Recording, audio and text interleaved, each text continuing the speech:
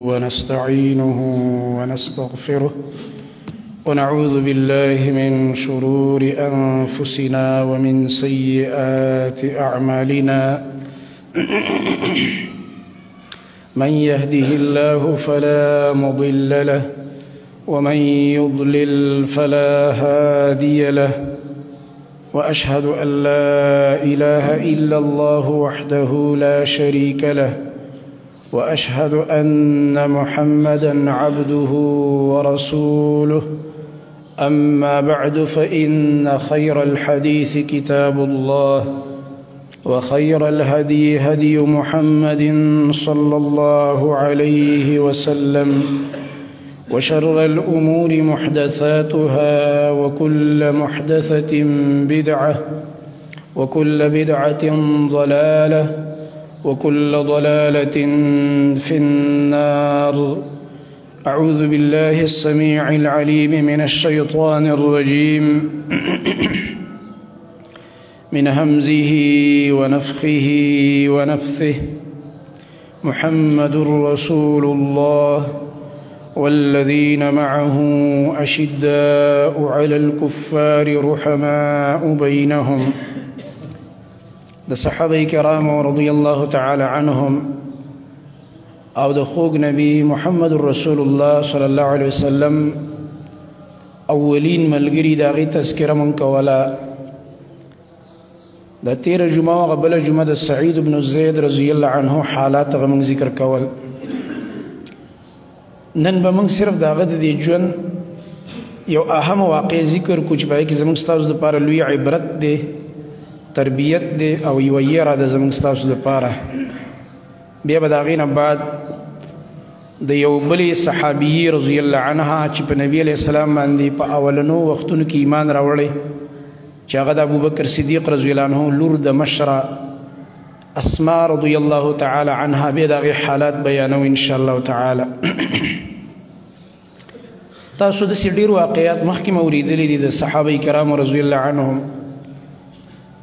چې بعضې خلکو ته خیري کړي دي بددعا، او هغه بددعا په هغوی لګېدلې ده. خطبو کې موږ هغه واقعات ویلي دي او دې باره کې حدیث راغلی دی. رسول الله صلی الله علیه وسلم یو ځلې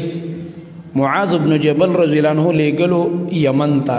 چې ته لاړ شه د یمن خلکو ته دین وښایه، نوي مسلمانان دي هلته دعوت او درس کوه. او بیا چې کله نبي علیه السلام لیږلو نو دا دی وخت کې ورته گورنر و یا هغه زمانه کې ورته والی ویلی کېده. نو دی حکومت کې خپله انسان کې داسې یو تکبر شان را پیدا کېږي چې غټه عهده ورته میلاو شي، داسې ځان ته اوچت شان ته ګوري، کله کله به یې د ده نه زیتی وشي.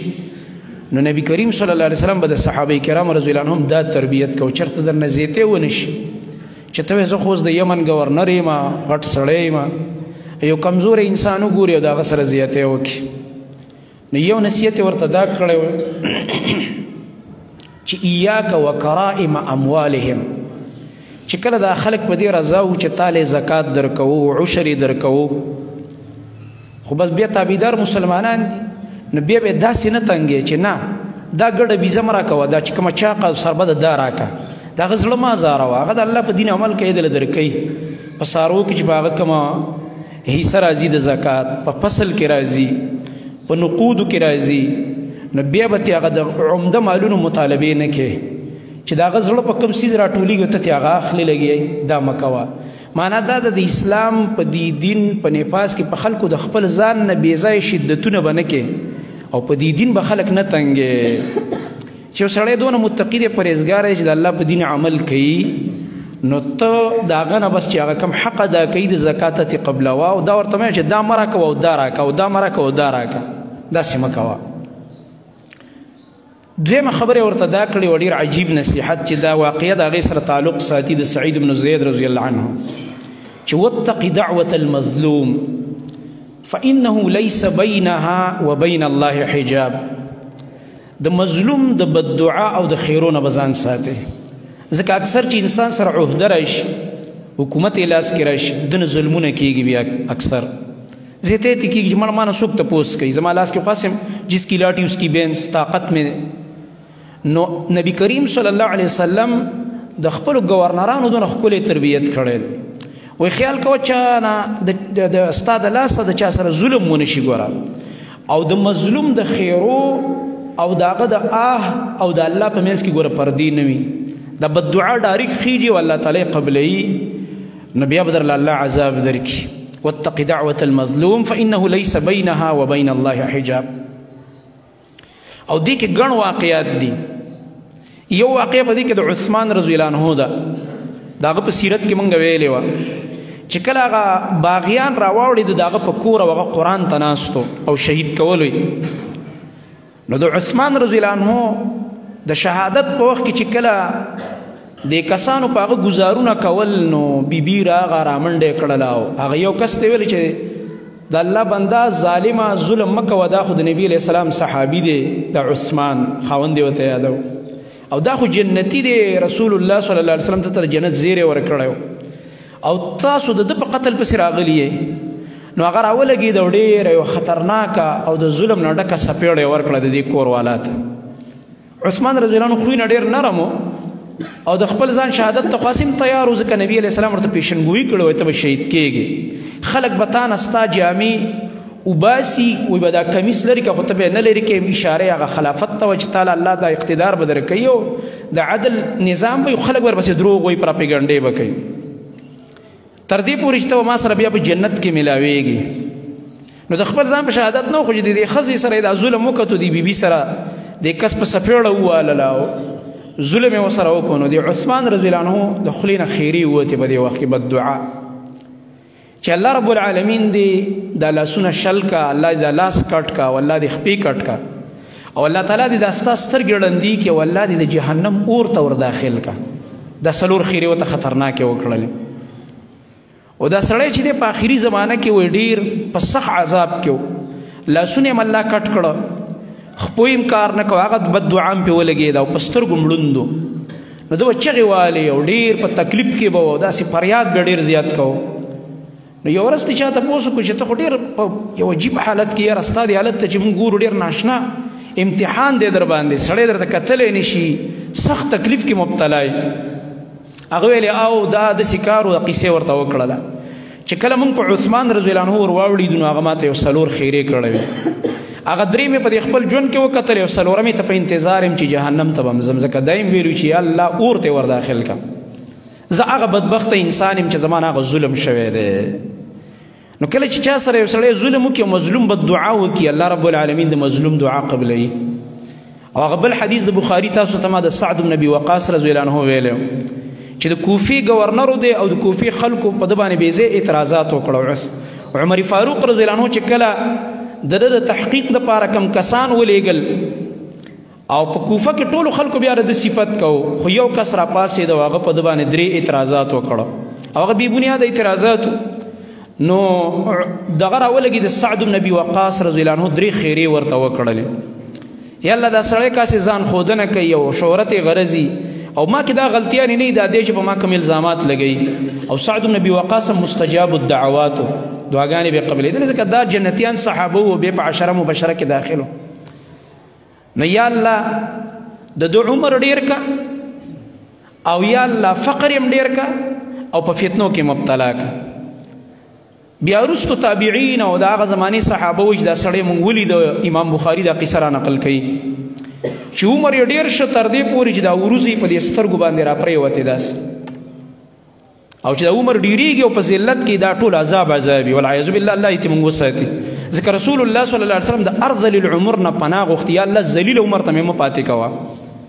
ځکه دا ژوند ډېر د تکلیفونو شي بیا څه کولی هم نه شي طاقت دې نه نه در سره بچي څه کولی شي نه بل څوک ځکه هغه تکلیف داسې چا د لرې کېدو نه د بل کس د اوچتولو نه نو دا وایي ډېر زیات انتهایی بوډا شو او بل په فقر ډېر راغی فقر ځکه دویمه دعا ورته د فقر کړې وه خیري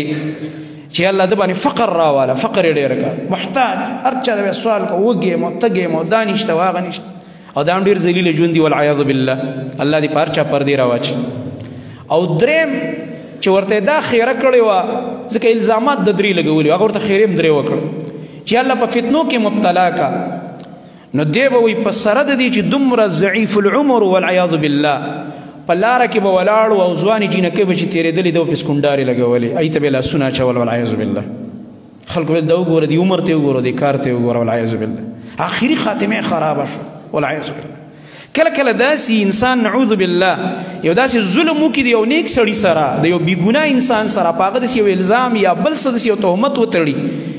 یا داسې یو بله طریقه باندې ورسره ظلم وکړي چې هغه د خولې نه ازار وځي نو په دې بنا باندې د سعید بن زید رضی الله عنه سره یو واقعه راغله د سره یو زیتی وشو د ده په مدینه کې خپل جیداد او اوسېدو په عقیق کې دا سعید بن زید رضی الله عنه دا عشره مبشره کې داخل صحابي دی او د عثمان رضی الله عنه په دور کې بیا چې کله فتوحات ډېر کېده نو هلته په عراق کې څه ځمکه ورله عثمان رضی الله عنه هم ورکړله ده ته ځکه نورو صحابو ته هم ورکوله تقسیموله نو د دم په کیسه ورسېدله نو چې کله یې دله ځمکه ورکړله په عراق کې نو د ده د ځمکې سره نږدې د یو زنانه چې اروا په نوم باندې د هغې نوم دی اروا د هغه زنانه ځمکه ورسره بلکل نږدې لګېدلې وه نو هغه زنانه راولګېدله د معاویه رضی الله عنه په دور خلافت کې په ده باندې یو دعوه وکړله په دې صحابي باندې چې ده زما ځمکه قبضه کړې ده او د دې صحابي ځمکه یاده کوي دا زما ده بعضې خلک یې داسې په دې کې اړو پروا نه نو دا الزام یې پې ولګو او دا زنانه بیا راغوي مدینې ته او شکایت یې وکړو د اروا بنت اونیس اروا بنت اونیس د دې زنانه نوم دی د مدینې په هغه کې گورنر مروان ته شکایت وکړلو چې دې سړي زما ځمکه هلته نیولې ده نو چې کله ده واورېده د سعید بن زید رضی الله عنه دا الزام ډېر خفه شو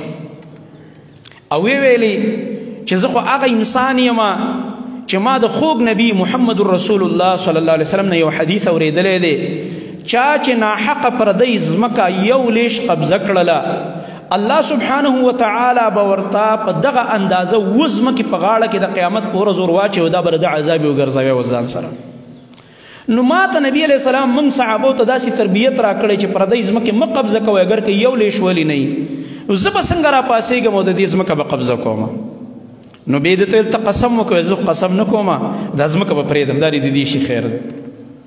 قسم نه کوم او ځمکه به پرېږدم الله نه یریده دا صحابه ډېر عجیب خلک سره دی چې په خپل مال او په جایز څیز قسم کول جایز دي ستا حق دی په هغې به قسم کې دا جایز دي شریعت دا قاعده مقرر کړې په دې خلکو کې یو خبره مشهوره ده دا غلطه ده د عوامو کې وایي قسم به نه په جایز کې او نه به په ناجایز کې داسې خبره ده په جایز کار کې قسم جایز دی نبی علیه السلام په تقریر کې هم قسم کو بیان کې والله خبره داسې قسم په الله داسې ده د خبرې د تاکید دپاره ورنه که هغې قسم هم نه وی کړی پیغمبرو خبره هسې مضبوطه وه خو په یو حقه خبره انسان قسم کولی شي چې کله دی رښتونی دی او په حقه دی خو ده د خبرې خفه کړلو چې عجیبه خبره ده زما خپل مال دی اوس به زه قسمونه کومه دې زنانه دومره جرأت په ما باندې وکړو نو په دې وخت کې دې زنانه ته ده یو خیره وکړله الله اکبر ځکه چې دا زنانه په ځمکو پسې ګرځېده ځمکو لالچ نو ده په حدیث کې راځي وایي ده ورته دا خیره وکړه اللهم ان كانت کاذبة فعم بصرها یا الله که دا زنانه دروغجنی سترګې ولړندې که یو ورله دا عذاب ورکه واقتلها فی ارضها او په دقه خپله ځمکه کې قتل که دا خپله ځمکه چې په دې ځمکه باندې دا ډېره دغه کېږي لګی دی د خپل جیداد زیاتولو دپاره پردی ځمکې هم نیسي په دقه ځمکه کې ورله یا الله ته مرګ راوله او قتل یې کړه نو دا زنانه چې وه دا بیا وروسته وایي په سترګو باندې نابینا شوله الله وله عذاب ورکه او هغه خیره پې د دې صحابي ولګېده د سعید بن زید رضی الله عنه او په دغه حالت کې به د خپله ځمکه کې روانه وه او دې کې بعضې روایتو کې راځي یو کنده وه یا یو کوې و پخوا به داسې کوې به خو بیا به وروسته وچ شوی نانې به کنده جوړه شوې وه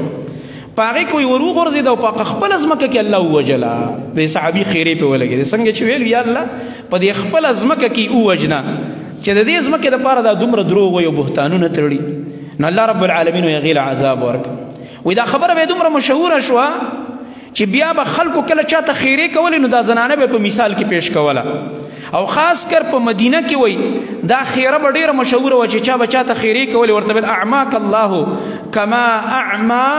اروا الله دې داسې ړونکه لږ هغه اروا یې چړنده کړې وه داسې دې الله ړونکه لږ هغې چړنده کړې وه الغرض مقصد دا دی په دې صحابه کرام رضی الله عنهم واقعاتو کې موږ مخکې ویلو زموږ د دې په بیانولو کې مقصد خپل تربیت دی چې زموږ تربیت وشي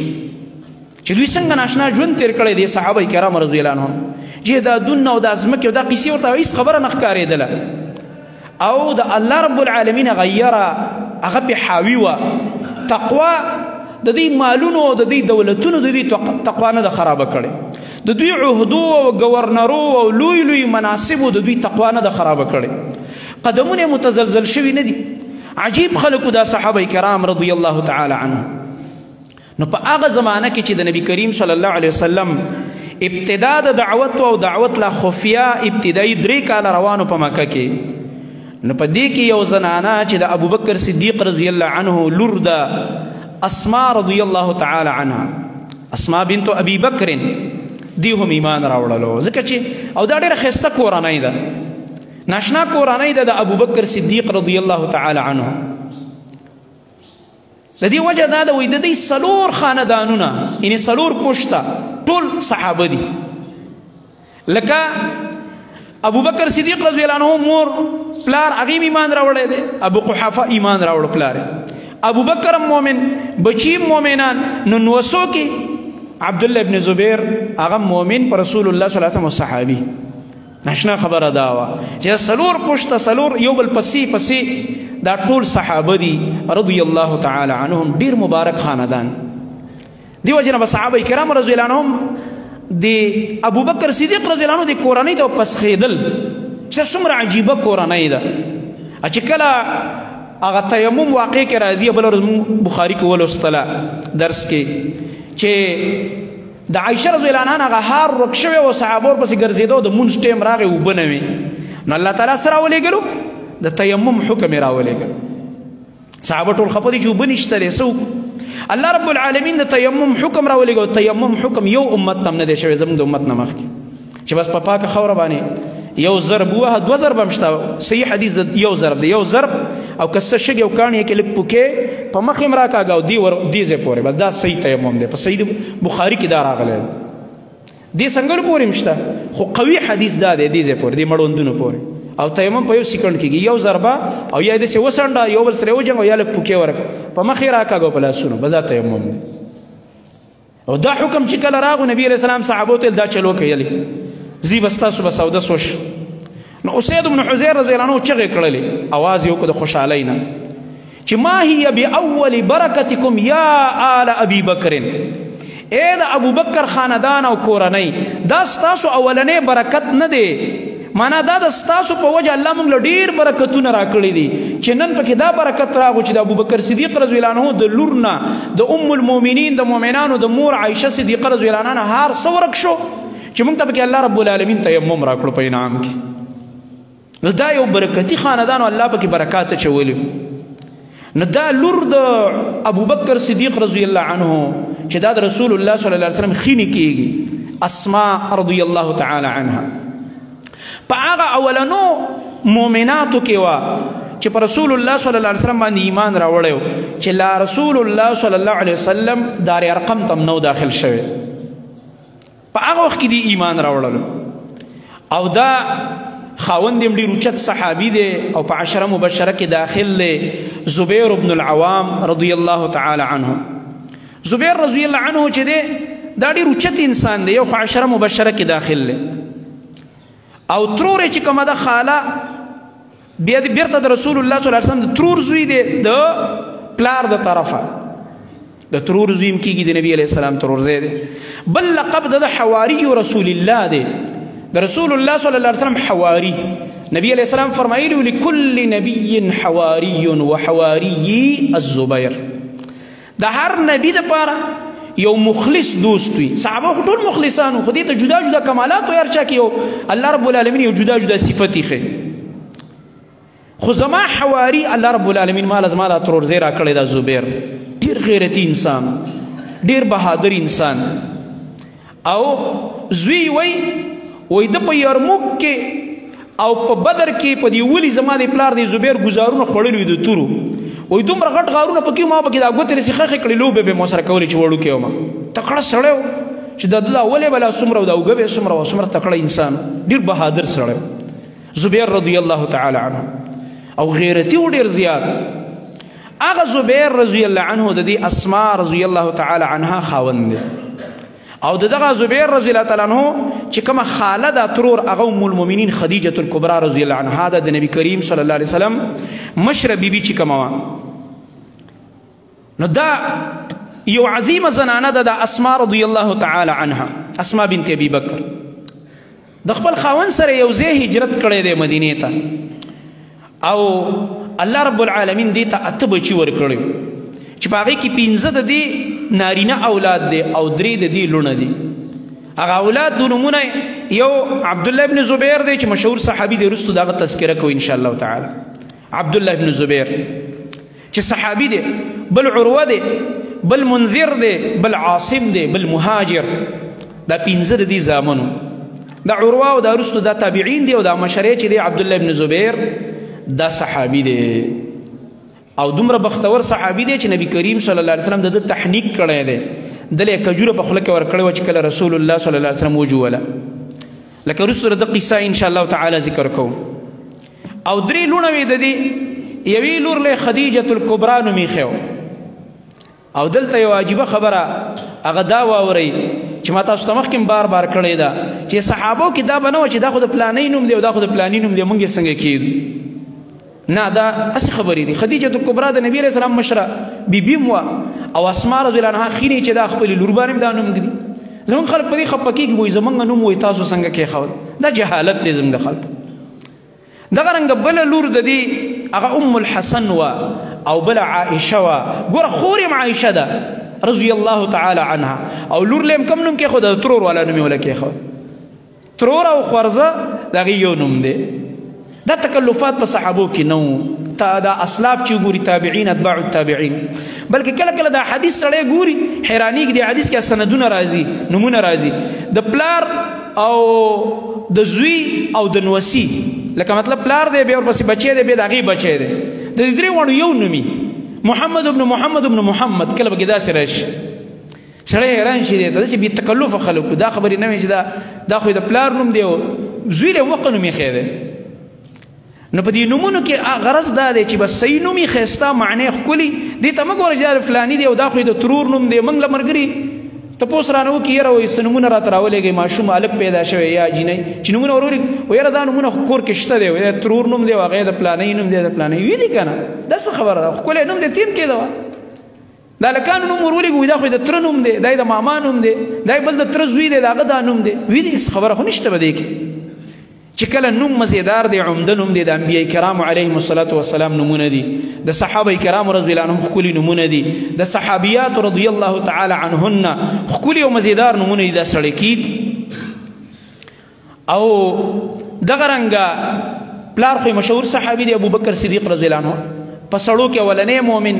او په خلفای اربعو کې اولنی خلیفه د امت مسلمه او د محمد رسول الله صلی الله علیه وسلم جانشین او نائب هغه لویه مرتبه چې دا یو صحابي ته نه ده میلاوه دا ابوبکر صدیق رضی الله عنه ته الله ورکړې ده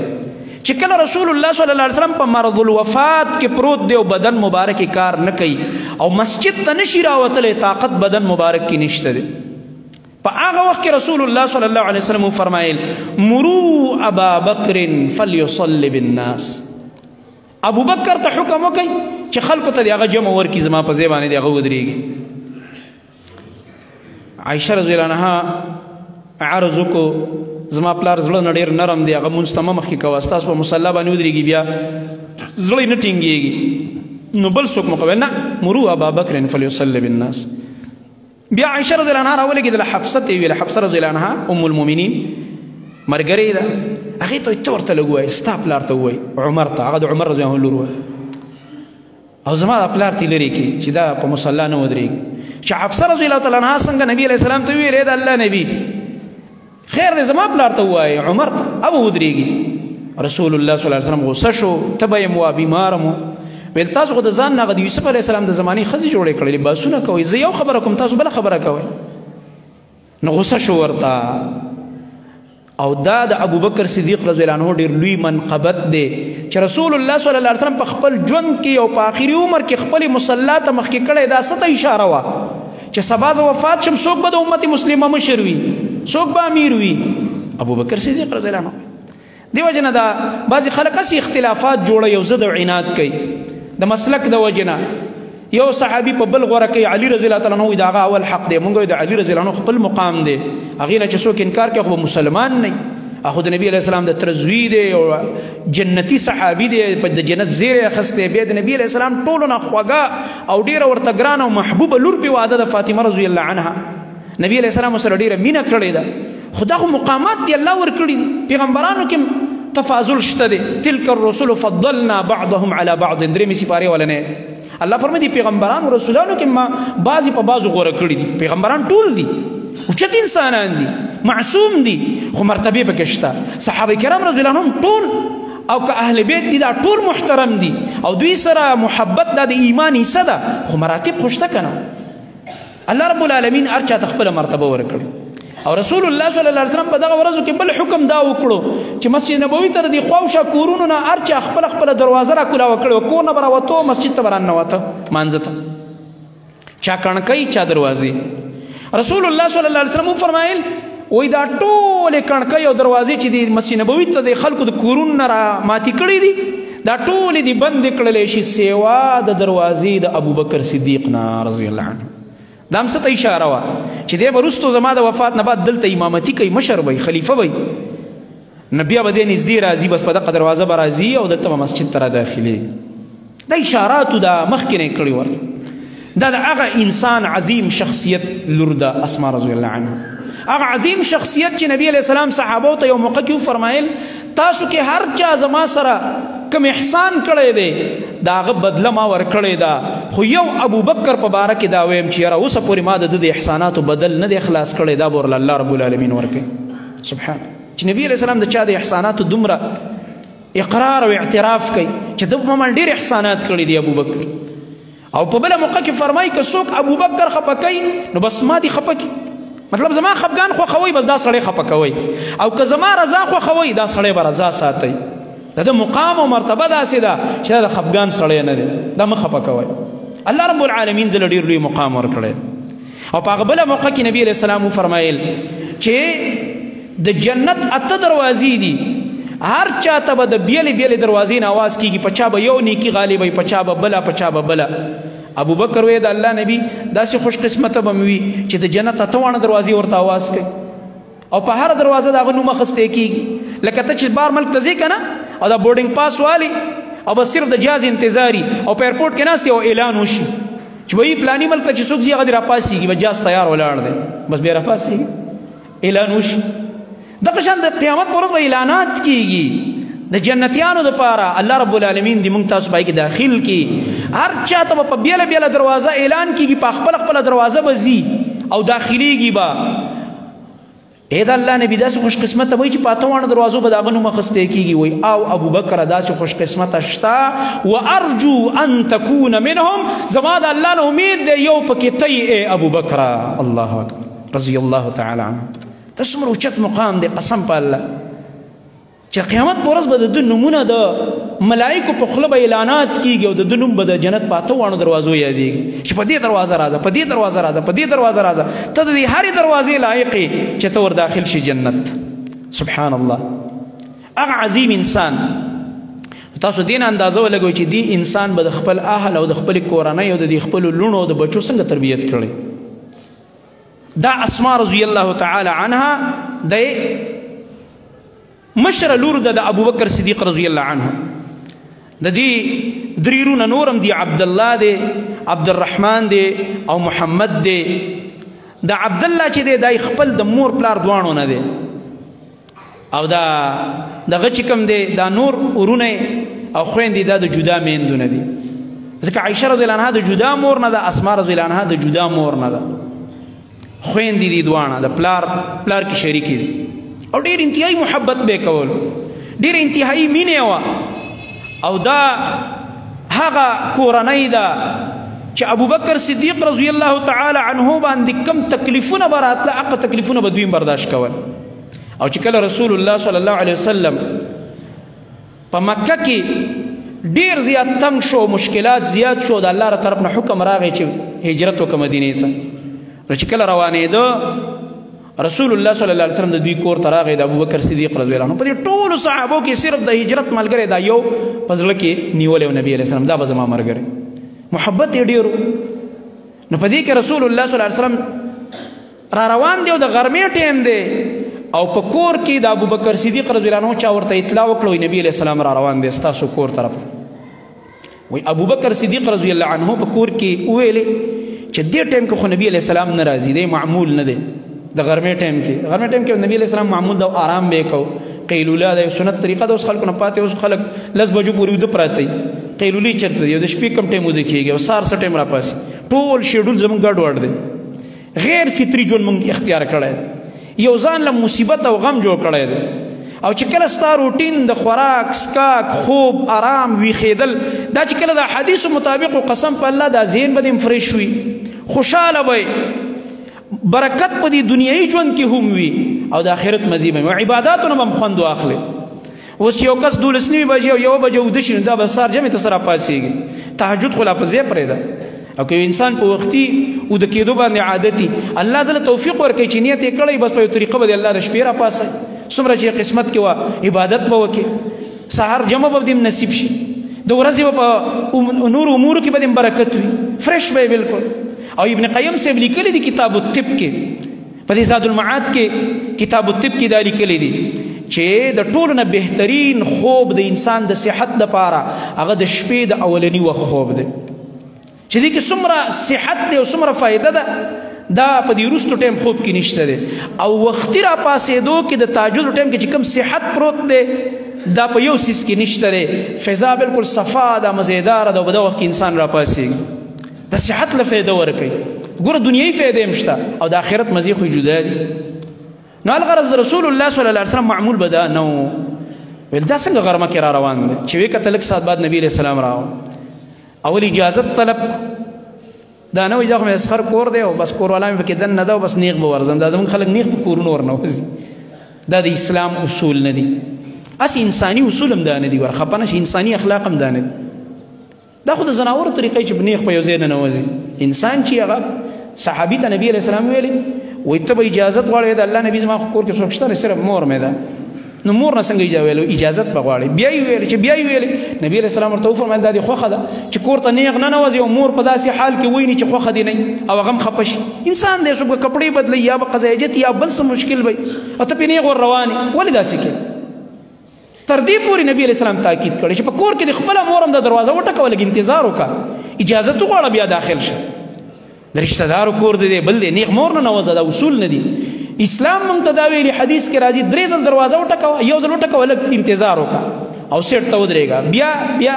3 ځل نه بعد چې هېچا اواز ونه کړه، نه څوک راووت، واپس شه. خفګانونه همګانونه مه کوه، واپس شه. او که سړی په کور کې نه بیا هم واپس شه، د شبهې ځای ته څه له ننوځې، سبا در باندې الله مکه څه تهمت ونه لګي، بیا هم واپس شه. دا د اسلام اصول دي، زموږ خلک خبر هم نه دي دې نه. اوس د الله رب العالمین فرض احکام ماتېږي لګیا دي، د چا په تندي باندې ګونجه نه راځي. اوس د مسلمانې زنانه په مخ کې ته د پردې خبره کوه هغه خاندي والعیاذ بالله، لکه د مسلمانان دې حد ته راورسېده. د مسلمان لور، خور او دغه رنګه ښځه دې حالت ته راورسېده چې دې ته به ته د قرآن ایت وې چې دا قرآن خبره ده، زما خبره نه ده، د مولوي صاحب خبره نه ده. یا ایها النبی قل لأزواجك وبناتك ونساء المؤمنين يدنين عليهن من جلابيبهن. اے زما خوږ نبی سورة احزاب کې الله فرمایي ووایه خپلو بیبیانو ته، ګوره دا بیبیانې د نبي علیه السلام د امت څه دي؟ میندې دي. او صحابه کرام رضی الله عنهم څومره احترام کوو. د نبی علیه السلام د بیبیانو نه پاکې ښځې پیدا شي او صحابو نه پاک خلک پیدا شي، پاکو زنانو د پاکو سړو نه پرده کړې ده. او ته څه وې؟ یاره نه دا پرده خو دننه په زړه کې نو زما زړه پاک دی، مردار زړه دی دی، ګنده زړه دی دی، پلیت زړه دی دی، خبیث زړه دی دی چې دا خبره دې وکړه. ته د قرآن آیت په تا اثر نه کوي، تر صحابانو ډېر پاک زړه والی او ستا زنانه د نبي علیه السلام د بیبیانو ډېره پاک زړه والا ده. دا خبرې مه کوه، دا شیطان تا ته دا خبرې ښودلې دي. د الله حکم ومنه بس اے نبی خپلو بیبیانو ته ووایه خپلو لوڼو ته ووایه ونساء المؤمنین او د مؤمنانو زنانو ته ووایه چې د مؤمنانو زنانه دي یدنین علیهن من جلابیبهن چې په ځان باندې دي پړونې او بورقې راویزان کي علیهن علا دغه دپاره راځي که نه د فوقیت دپاره منه د بره سر د طرف نه دي په ځان داسې راوه اول به سر پټ کي بیا به د لاندې بدن مخ وغیره پټ شي تر خپو پورې اوس خو سر پټول نشته ښه کټینګونه یې سړو په شان ته کړي نیغه روانې او دغه رنګه د زنانو چې دی لباس کم حد ته ورسېد دا اسلام دی دا په اسلام عمل دی قسم په الله چې په چا کې تقوا که نه تقوا بله ورځ واقع انډیا کې راغه کرناټک کې د انډیا غوندې ملک د بېدینو په منځ کې د هندوانو وحشیانو په منځ کې او هلته یو زنانه بله ورځ تاسو ویډیو وکتله سټوډنټه ده او سټوډنټانو څه حالي دلته په یونیورسټو کې زمونږ د مسلمانانو چې لا به په انډیا کې هلته به بیا څه حالي خو چې یو انسان کې تقوا او د اسلام احکام هغې ته درانه لګي نو په داسې ماحول کې بیا پې عمل کوي پروا هم نه ساتي دې نه مخکې هغه د انډونیشیا ویډیو راغه چې هغه یو زنانه مکمل پرده کې ده او څه یو مقابله و هغې کې کیسه اخیستله چې تقریر وکړه څه شی او په هغې کې ډېر غټ عفر ورته وشه او دا پکې په اول نمبر راتلله او صرف دومره مطالبه ده چې ته به دا برقه لرې کې کلا او مخ به دا پروګرام کیسه اخلې ویل نه دا ټول ډالر امځان سره سنبالې کې دا زما عزت دی زه خپل عزت نه نیلام کوم قسم په الله موږ د دین خوند نه دی سکلی موږ د دین مزه ونه سکله یو الله اکبر نن انډیا حیرانه کړ یو الله اکبر د زنانه تر خپل یو حد پورې هغې پرده کړې ده خپل یو حد پورې څومره چې هغه خپل ځان محفوظ کولی شي ویې کړله زما محترم ورونو د الله رب العالمین په دې دین عمل غرض مې دا منځ کې مې دا یو تربیتي خبره وکړه چې نبی علیه السلام د ابوبکر کور ته سیده ننوځي دا مې الاسخر کور دی او دننه عایشه رضی الله عنها په نکاح کړی دی وخت کې چې هسې هم زما نکاح شوی ده نکاح چې دې شوي خیر دی که د زنانه سره ته هغې وګورې نو څه خبره خو نشته رسول الله صلی الله علیه وسلم اجازت طلب کو چې را داخل شه د الله نبی څنګه مراتب وکړه ابوبکر صدیق رضی الله عنه ته نبی علیه السلام فرمای ابوبکر ما ته الله حکم وکړو چې هجرت وکړم مدینې ته ځو فورا یې چغه کړه ای د الله نبی الصحبه ملګرتیا دې غواړم نبی علیه السلام ته وفرمایل همدې له خو راغلی یم که نه چې هم تا به ځان سره ملګری کوم عایشه رضی الله عنها فرمایي چې ما مې بابا جان ته وکتل سلګو ونیو په ژړا شو وایي ما دې نه مخکې وړه عمر مې هم کم وایي زما ذهن کې دا خبره نه وه چې ګینې د خوشحالۍ نه به ملا څوک ژاړي ما خو ویل چې به چا غم راشي او درد او تکلیف نو هغه به انسان به ژاړي خو ما اول ځل خپل پلار د خوشحالۍ نه په ژړا ولیده چې نبي علیه السلام ورته ویل ابوبکر ته به زما ملګری ما او تا به یو ځای هجرت کوو او بیا چې کله هغوی او ابوبکر ته وګوره سبحان الله وایي د الله نبي مخکې نه مې دوه وښې تیاري کړي دي د مخکې نه نیت کړی نو الله ورله ځکه دا اعزاز ورکړه مخکې نه دوه وښې تیاري دي ما ویلي چې ایتونه خو د هجرت را روان دي چې کله نبي علیه السلام تلو یو وښه به د هغې یو به زما دواړه به شریک سو دا چې چا سره ډېره مینه وي هغه سره سفر هم خوښوي څه فایده ترې واخلو د علما مشایخ چې په سفر کې سړي سره ډېر خوند کوي که ته په یو میاشت او دوه میاشتې سټډي وکړې د یو کتاب دا موږ تجربه کړې ده دومره به څه زده نه کړې لکه یو عالم سره چې یو ګنټه او دوه ګنټې په مجلس کې کښېني دومره معلومات به دې راجمع شي دې علم کې الله ډېر برکات اچوي او بیا دا اسما رضی الله عنها هغه د ابوبکر صدیق رضی الله عنه لور ده چې کله رسول الله صلی الله علیه وسلم هغه د ابوبکر صدیق رضی الله عنه د کور نه ووته دواړه او بیا د مکې نه هجرت کوو نو لاره یې بدله کړه د دې خطرې د وجې نه ګوره دا اسباب پیغمبران هم اختیاروي دا دنیا د دارالاسباب ده چې که د عامه لاره باندې ځو کوم چې معروف لاره مدینې ته تلې ده نو هغې ظالمانو اعلان کړی د مکې مشرکانو چې په نبي علیه السلام ځان له د سلو اوښانو انعام دی که چا ژوندی ونیو یا شهید او ابوبکر صدیق رضی الله عنه باندې ځان له د سلو اوښانو انعام دی که ژوندی ونیو که شهید دی ګوره دې ته هم نه پرېښوده چې هجرت وکړي نو رسول الله صلی الله علیه وسلم او ابوبکر صدیق رضی الله عنه د عام معمول د لارې نه غیر یو بله لاره اختیاره کړه هغه لاره چې بیا څوک مکې ته تلي عمرو یا حج له او غار سور والا لار چا کتلي غار سور په طرف باندې لاړه دا د هغه زماني معروف لاره نه وه اوس ورته طریق الهجره هم وایي په دې دغه چې راوځي کله دا باب ملک فهد نه حرم نه چې راوځي او دې طرف ته شاته کومه لاره دلته لیکلي طریق الهجره رسول الله صلی الله علیه وسلم په دا طرف باندې لاړل او بیا لاړو غار ثور ته 3 شپې دې دپاره په دغه غار کې کولې چې دا خلک ګرځي را ګرځي چې 3 ورځې ستړي شي او زمونږ نه بالکل ناامیده شي بس نشته دی په دغه معروف لارو به مونږ ولټئ را ولټئ نو بیا به مونږ په قلاره وځو په یو داسې لاره به لاړ شو چې هغه لاره خفیه وي او عجیبه خبره دا ده دغه 3 ورځې د نبي کریم صلی الله علیه وسلم خواته او د ابوبکر صدیق رضی الله عنه خواته دغه غارسه ورته خوراک چا وروړی دی یو د ابوبکر غلام او عامر ابن فهیره ګډې به سره ولي خلکو به دا خیال کو دا ګډې سره او په دې چل به ورور ورتلو هلته به ځان ورور رسو پټ هغه غار ته نبي علیه السلام ابوبکر ته به حالات ویل چې داسې حالات دي داسې بس خوراک به وړو یو د ابوبکر صدیق رضی الله عنه دا لور وه اسما رضی الله تعالی عنها چې دی به هم طعام وروړلو د رسول الله صلی الله علیه وسلم پلار خواته په داسې یو خفیه طریقه به لاړه چې کله هغوی روانېدل د روانګۍ په وخت کې چې کوم خوراک او غوټه دې تیاره کړې وه چې دا به په لاره باندې نبي علیه السلام او زما والد صاحب دا به خوري سحده پورې یو ځای پورې به کار وکړي نو د هغې سامان د تړلو دپاره داسې یو څیز نه و کپړه وغیره یا پړی چې هغه پې وتړي نو اسما رضی الله تعالی عنها د دې خپل ملا نه هغه زمانه کې به زنانو کمربندې تړلې ملا به یې کلکه تړله پخوانی ښځې لباسونه تاسو کتل ډېر درانه لباسونه به اوږده لباسونه به او د کمیس د پاسه به بل کمربند تړلی و هغه به ځان له یو کپړه وه ځوړنده به وه داسې خپل کمربند یې راکولاو کو او هغه یې 2 ځایه کو ویشلو یو یې ځان سره ایسار کو په بل باندې هغه غوټه د خوراک وتړله د رسول الله صلی الله علیه وسلم لپاره نبي علیه السلام چې دا منظر وکتلو ډېر انتهایي متاثره شو رسول الله صلی الله علیه وسلم وفرمایل وی دا ذات النطاقین دا ذات النطاقین نطاق دغه ته وایي کمربند ته وایي دا 2 کمربندونو والا ده او بیا ورته ویل تا ته به الله رب العالمین د دې عمل بدله په جنت کې درکوي د جنت زیری واخست الله هغه زنانه انتهایی بهادره انتهایی زړوره ډیر ناشنا تاریخ دی ردی دی چې کله بیا هجرت کړی دی او بیا عبدالله ابن زبیر رضی الله عنهما هلته په مدینه کې پیدا شوی دی د هغه حالات بعضې ضروري او دغه رنګه د دې د زندګۍ بعضې اهم واقعات چې د دې عمر 100 کالو ته رسېدلی او د دې نه غاښونه پرېوتي او نه یې نظر خراب شوی او نه په عقل کې فرق راغلی ډېره کلکه زنانه وه تکړه زنانه وه باهمته زنانه وه او دې د خپلو بچو تربیت په کوم انداز باندې کړی دی چې دا زمونږ د خویندو او د میندو دپاره ډېر لوی سبق په دې کې پروت دی هغه د دې د تربیت واقعات او د مدینه کې چې کوم حالات راغلي او د هجرت هغه به ان شاء الله تعالی پر روانه جمعه کې د الله په توفیق باندې بیانو اقول قولي هذا واستغفر الله لي ولكم ولسائر المؤمنين